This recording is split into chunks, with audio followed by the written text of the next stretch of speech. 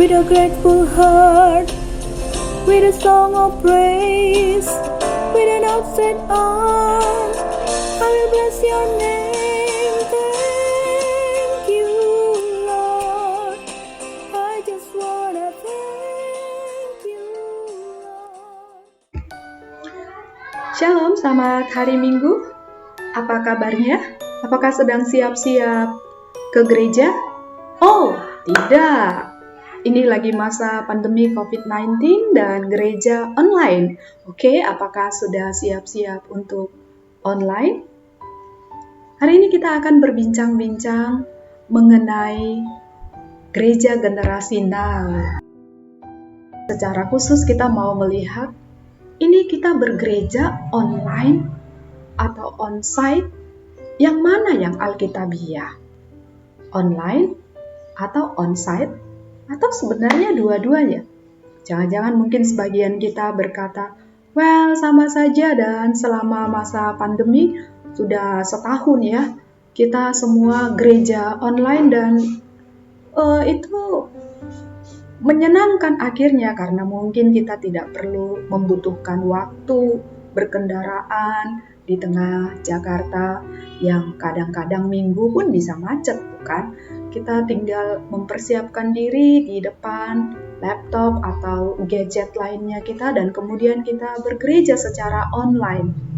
Tapi sebagian juga berkata, no, saya perlu ke gereja, bertemu dengan saudara-saudara seiman lainnya. Maka mari kita bersama-sama hari ini berjalan bersama Yesus dengan melihat yang mana yang Tuhan berkenan. Apa sih itu gereja? Kita mulai dulu dengan pemahaman yang sama. Seringkali istilah yang terus-menerus kita ucapkan, biasa kita ucapkan, kita mungkin menjadi abai soal ini apa maksudnya. Nah, paling tidak ketika bicara soal gereja menggunakan kata gereja, itu bisa mengacu kepada salah satu dari 3 hal ini. Yang pertama, gereja tentu saja menunjuk kepada rumah ibadah agama Kristen. Rumah ibadah agama Kristen. Gedung gereja. Lalu yang kedua, gereja bisa mengacu denominasi atau aliran dalam kekristenan. Apa itu denominasi? Oh, denominasi Injili misalnya, denominasi karismatik, atau Roma Katolik. Jadi kita mengenal, katakanlah label-label gereja. Gereja Kristen Indonesia, GKI. Gereja Injili Indonesia, GII, begitu. Atau GMI, Gereja Metodis Indonesia. Atau GBI, Gereja Bethel Indonesia. Gereja Tiberias dan seterusnya, atau Santo Andreas, Bunda Maria Karmel, itu mengacu kepada denominasi. Jadi gereja menunjuk kepada denominasi. Yang ketiga, gereja itu menunjuk kepada umat atau orang percaya. Nah, untuk melihat ketiga hal ini dengan jelas, saya bisa membuatnya menjadi dialog yang biasa kita dengarkan sehari-hari. Jadi misalnya begini, kamu sudah pernah ke gereja? Nah, di situ gereja mengacu kepada yang pertama, rumah ibadah orang Kristen. Kamu sudah pernah ke rumah ibadah orang Kristen? Kan panjang, jadi disingkat aja, sudah pernah ke gereja. Atau kamu ke gereja mana? Nah, oh iya, saya ke GKI, atau saya ke Metodis, atau saya ke GBI. Nah, itu gereja menunjuk kepada denominasi. Nah, yang paling penting, ini yang sekaligus menjadi pertanyaan saya dan perenungan buat kita sebagai bagian dari berjalan bersama dengan Yesus. Pertanyaan yang ketiga yang mengacu kepada pengertian gereja yang ketiga. Sudahkah kamu percaya Yesus sebagai Tuhan dan Juru Selamat. Sudahkah kamu percaya Yesus sebagai Tuhan dan Juru Selamat? Orang-orang yang mempercayai Yesus sebagai Tuhan dan Juru Selamat, itulah yang disebut dengan gereja. Pengertian ini bisa kita lihat di dalam Alkitab. 1 Petrus 2 ayat 9. Saya bacakan buat kita semua ya. 1 Petrus 2 ayat 9. Tetapi kamulah bangsa yang terpilih, imamat yang rajani, bangsa yang kudus, umat kepunyaan Allah sendiri, supaya kamu memberitakan perbuatan-perbuatan yang besar dari Dia yang telah memanggil kamu keluar dari kegelapan kepada terangnya yang ajaib. Gereja adalah kumpulan orang-orang percaya. Siapa itu orang-orang percaya? Orang-orang yang telah dipanggil keluar dari kegelapan dosa, masuk kepada terang Kristus yang ajaib. Siapa yang memanggil? Tentu saja Yesus sendiri, yang hari ini kita sedang berjalan bersama-sama dengan Dia, berjalan bersama dengan Yesus setiap hari di dalam terangnya yang ajaib.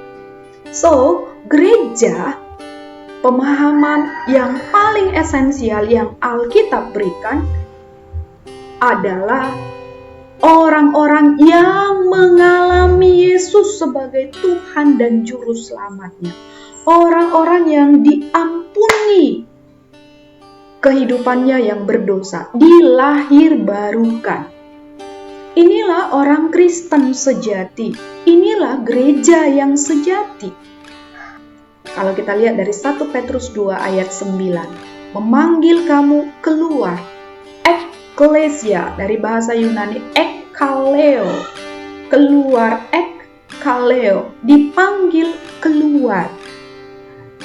Jadi, kita berjalan bersama dengan Yesus oleh karena kita adalah gereja. Jadi pertanyaan ketiga, sudahkah kamu percaya Yesus sebagai Tuhan dan Juru Selamat? Jika jawabannya sudah, maka kitalah gereja yang sejati. Jadi gereja bukan sekedar rumah ibadah atau tempat ibadah orang Kristen yang kita biasa beribadah paling tidak setiap minggu secara onsite sebelum masa pandemi. Bukan sekedar gedung. Gereja juga bukan sekedar denominasi. Tetapi gereja sejatinya adalah orang-orang yang mengalami terang Kristus yang ajaib. Orang-orang yang tidak tinggal dan berkubang di dalam kegelapan dosa. Ini pemahaman gereja yang sejatinya. Jadi, di dalam Kristus, kita itu menyembah Allah yang adalah Roh. Itu sebabnya pertanyaan ketiga tadi menjadi sangat penting. Sudahkah kita percaya Yesus sebagai Tuhan dan Juru Selamat? Karena hanya kalau kita sudah mempercayai Dia sebagai Tuhan dan Juru Selamat, barulah kita bisa menyembah Allah yang adalah Roh itu. Menyembahnya di dalam roh dan kebenaran. Yesuslah sang kebenaran itu. Jadi, sebenarnya masihkah kita perlu bergereja secara onsite? Tidak cukupkah kita bergereja secara online saja? Sebab Allah yang kita sembah ketika beribadah di gereja adalah Allah yang adalah Roh yang tidak dibatasi oleh tempat. Masihkah perlu bergereja secara onsite? Tapi mari kita mengingat apa yang dikatakan oleh Kejadian 2 ayat 7. Kalau kita melihat bahwa hakikat manusia itu, bahwa manusia itu terdiri dari jasmani dan roh. Kita dibentuk, diciptakan oleh Allah dari debu tanah, lalu kemudian dihembuskan nafas kehidupan, diberikan roh, ruah, Jadi masih perlukah kita bergereja secara onsite? Tentu saja tetap masih perlu. Kenapa? Karena kita manusia yang menyembah Allah yang adalah roh itu adalah manusia yang terdiri dari roh dan juga tubuh jasmani. Kejadian 2 ayat 7 itu membukakan kepada kita Allah menciptakan kita dari debu tanah. Sehingga kita punya tubuh jasmaniah, begitu punya ragawi. Dan Allah juga memberikan kita roh, menghembuskan napas kehidupan. Maka bergereja secara onsite diperlukan karena kita adalah makhluk yang memiliki ragawi. Saya mengajak kita untuk merefleksikan dan mengintegrasikannya dengan ayat Alkitab di Matius 22 ayat 37 dan 38 mengenai hukum kasih, 2 hukum kasih. Kasih terhadap Allah dan kasih terhadap sesama. Sebenarnya gereja sebagai kumpulan orang percaya, itu bergereja adalah ekspresi kasih terhadap Tuhan, vertikal ya, dan kasih terhadap sesama. Bisa kita bayangkan bagaimana kita berkata kita mengasihi seseorang, tapi tidak pernah bertemu secara fisik. Wah, boleh saja membina relasi kasih dengan seseorang lewat virtual, begitu ya, lewat online. Tapi karena kita manusia yang memiliki ragawi, kita butuh ketemu. Demikian juga bergereja. Kita mengekspresikan kasih kita terhadap Tuhan yang tidak terlihat lewat ekspresi kasih kita terhadap sesama manusia yang terlihat. Jadi di gereja secara onsite kita bisa berinteraksi secara ragawi sebagai ekspresi kasih kita, sebagai ekspresi roh kita yang menyembah Tuhan. Jadi sebetulnya manusia itu sebagai makhluk rohani dan makhluk yang memiliki ragawi ini terintegrasi. Sepanjang kita masih hidup di dunia yang sementara ini, di dalam tubuh yang ragawi ini, beribadah secara onsite itu tetap dibutuhkan. Tetapi berhubung ini masih dalam masa pandemi sebagai bagian dari kasih kita terhadap sesama, menghindari, mencegah penyebaran COVID-19, maka kita beribadah secara online. Jadi kasih kita terhadap Allah dan kasih kita terhadap sesama itu tetap bisa terintegrasikan lewat ibadah online sesuai dengan kondisi saat ini. Nanti tentu saja kita berharap badai pandemi COVID-19 ini segera berlalu sehingga kita bisa mengekspresikan kasih kita terhadap Tuhan dan terhadap sesama lewat perjumpaan yang real, yang nyata. Mungkin di gedung gereja. Tuhan memberkati kita semua. Happy Blessed Sunday, selamat berjalan bersama dengan Tuhan. Amin.